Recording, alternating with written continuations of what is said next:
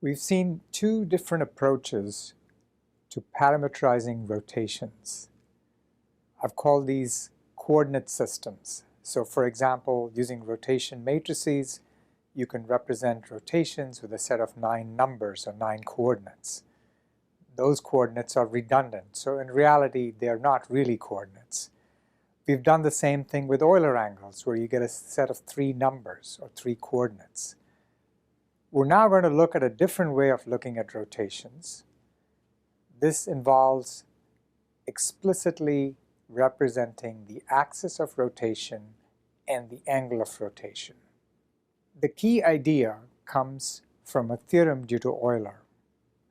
Euler said that a displacement of a rigid body such that a point on the rigid body, say O, remains fixed. And by the way, that is essentially what a rotation is, a displacement that leaves a single point fixed. Well, this rotation is equivalent to a rotation about a fixed axis through a point O. Notice that a description of a rotation doesn't really talk about an axis, but what Euler is saying is that any rotation is equivalent to a rotation about a fixed axis through a point O. Let's see how to verify that. In order to do that, again, we're going to consider displacements where the point O is fixed.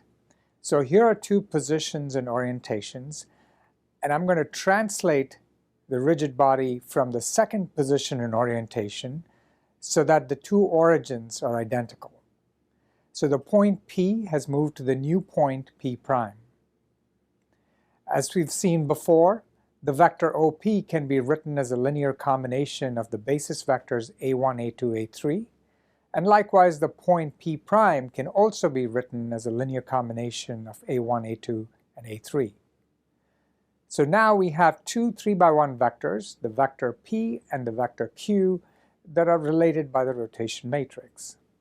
What we'd like to do is to ask ourselves if there's an axis that remains fixed under this rotation. In other words, is there a point P such that after the rotation through R, it stays fixed? In other words, the point P is invariant to the rotation. This is the essence of the proof.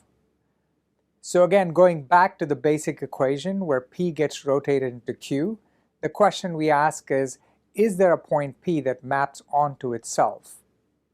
If there were such a point, then that point P would define the axis of rotation.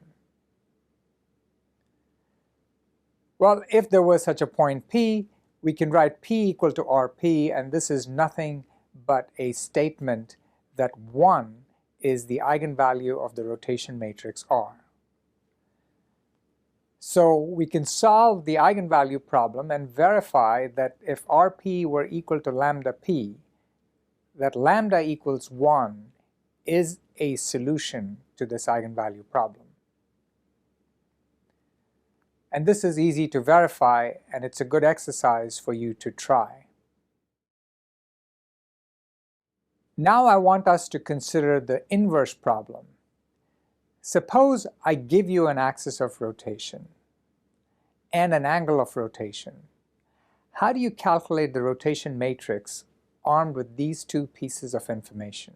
And note that we already know how to do this if the axis of rotation is the x-axis or the y-axis or the z-axis. In fact, we discussed formulae for these very simple cases. But now we have an arbitrarily oriented axis given by the unit vector u and an arbitrary angle of rotation given by the angle phi. Let's consider a generic vector p, and let's see how this vector p gets rotated if the rigid body to which it's attached gets rotated about the axis u through an angle phi. Before we do that, I want to break this vector up into two components. One that's parallel to the vector u, and the other that's perpendicular to the vector u. the one that's parallel to the vector u, I can obtain by projecting it along u. And then if I subtract that projection, I get the vector that's perpendicular to the vector u. Now it's clear that the component of the vector that's along the axis is never changed by the rotation. In other words, the vector p dot u times u remains unchanged by the rotation r. But the perpendicular component, which is along v, will get rotated. So I'm going to use now three vectors, u, v, and the orthogonal vector w, where w is given by u cross v, as my local coordinate system, or my local basis. So once again, the vector along u does not get rotated, but the vector along v does get rotated.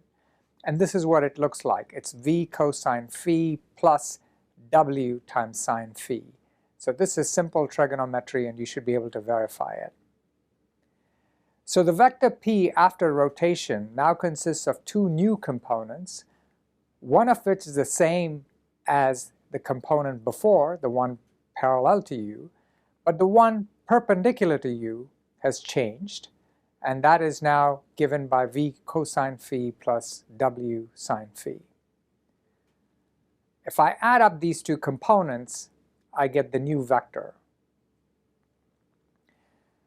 So now we can derive an expression for the rotated p, and that's given by p times cosine phi plus u transpose 1 minus cosine phi times p plus u cross p sine phi.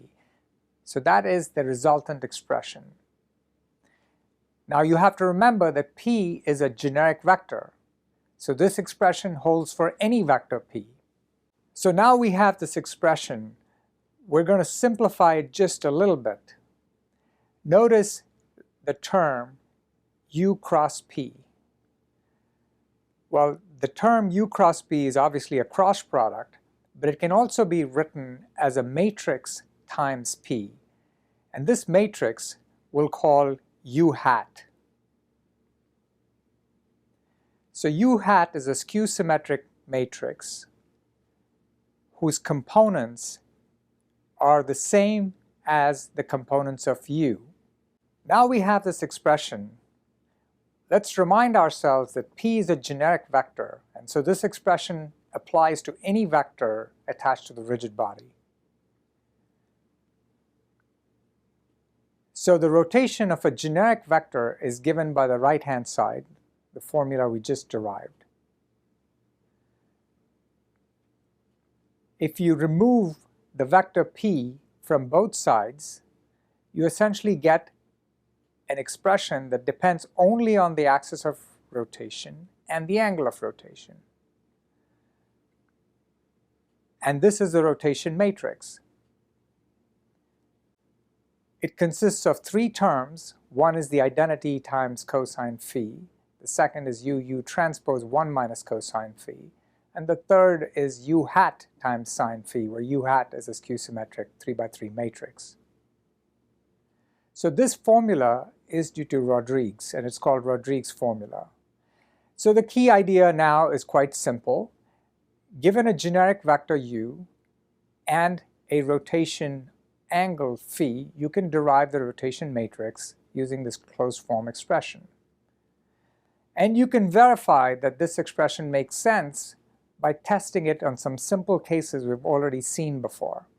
So for instance, take u to be a unit vector along the x-axis, and you can verify that the result is the same as a rotation about the x-axis through phi. So again, we can revisit this question. Is this representation a onto representation? Is it one-to-one? It's onto if every rotation matrix can be represented by a combination of a vector u and an angle phi. It's one-to-one if there's a unique representation. Euler's theorem is pretty much telling us that it's onto, because we know for every rotation there's an axis of rotation. What about the one-to-one property? Well, we can immediately see that this does not hold. If you look at a rotation about the axis u through an angle phi, and the rotation about an axis pointing in the opposite direction through the angle 2 pi minus phi or minus phi, you can verify that these two rotations are the same. In order to verify it, just think about rotating a body one way through an angle phi and then the other way through an angle minus phi, and they're basically the same rotation. You can also substitute these into Rodrigues' formula and verify that you get the same rotation matrix. So what if we restrict phi to this interval from 0 to pi? If we do that, then minus phi will not be in the same interval as phi. Likewise, 2 pi minus phi will not be in the same interval as phi. Does this make the map one-to-one? This is something you should think about. One way to explore this question is to look at Rodrigues' formula and then ask ourselves, for a given rotation matrix, can we extract u and phi from this matrix? So to do this, you can verify that if you take the trace of the rotation matrix, let's call that tau, which is essentially R11 plus R22 plus R33, and you subtract 1 from it, you divide by 2, and you will get cosine of phi.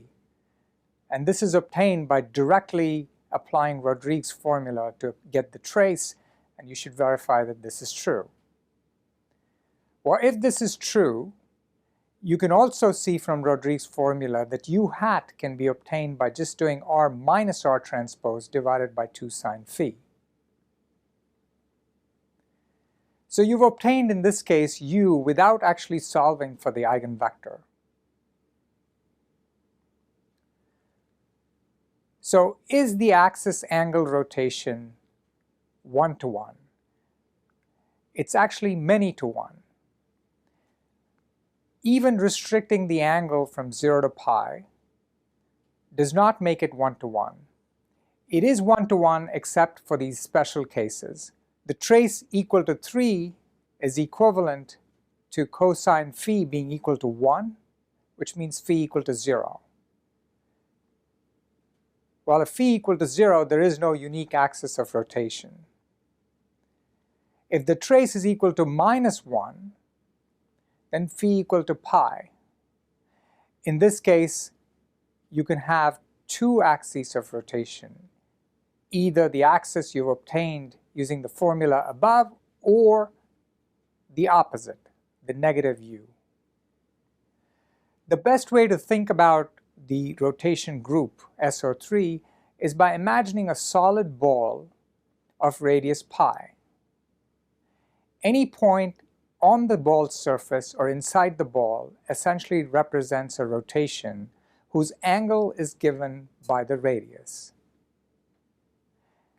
And the vector that describes the point with the origin of the sphere as the origin of the vector tells you the axis of rotation. Again, it seems like there's a one-to-one map between points on the surface of the ball or inside the ball and the set of rotations. This is true, again, except for points that are on the surface of the ball. So if you look at any pair of points on the ball, but that are diametrically opposite, they essentially correspond to the same rotation.